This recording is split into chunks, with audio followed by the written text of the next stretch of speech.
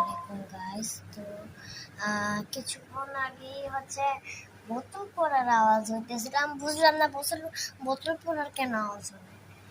এটা কিন্তু সত্যি, আমি মিথ্যাটা বলছিলাম।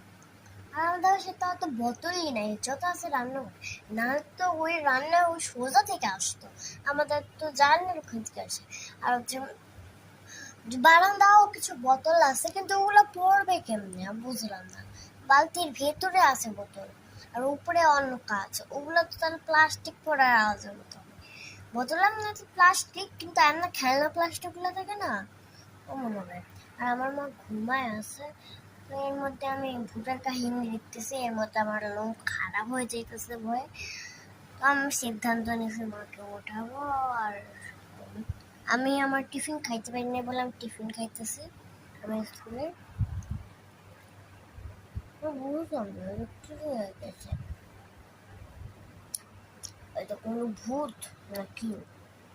লাইক দিয়ে বুঝান, আবার এখানে কমেন্ট করা যায় না। লাইক দিবেন, লাইক কি লাইক কি? মা, এত বোতল বল আওয়াজ করতে আসতেছে দেখছেন? কোথাও পাওয়া যায়?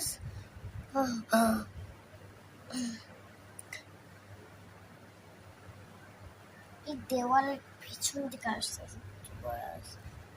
ওই বাসায় তো আমি জানলা দিয়ে দেখ, আমি যে আয়না দিয়ে আসে না, আয়না দিয়ে দেখতেছি, কিন্তু কাউকে তো দেখতে পাইতেছি না। আমার খুব ভয় করতেছে, আমি কি করবো বলেন? এসব কি কি উল্টাপাল্টা আওয়াজ হতেছে?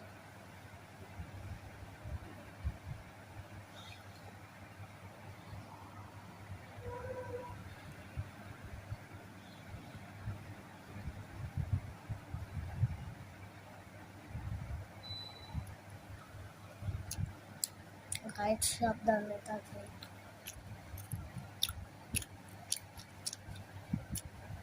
কিন্তু আমি হাঁটতেছি, এটা আসলে একটা ভয়ের বিষয়।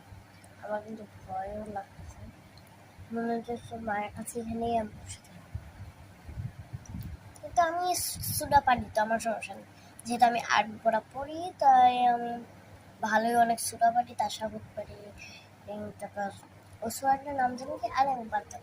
তাসাহুদ পারি, চলে ক্লাস পারি, আয়াতুল কুরসি মনে হয় একটুখানি পারি।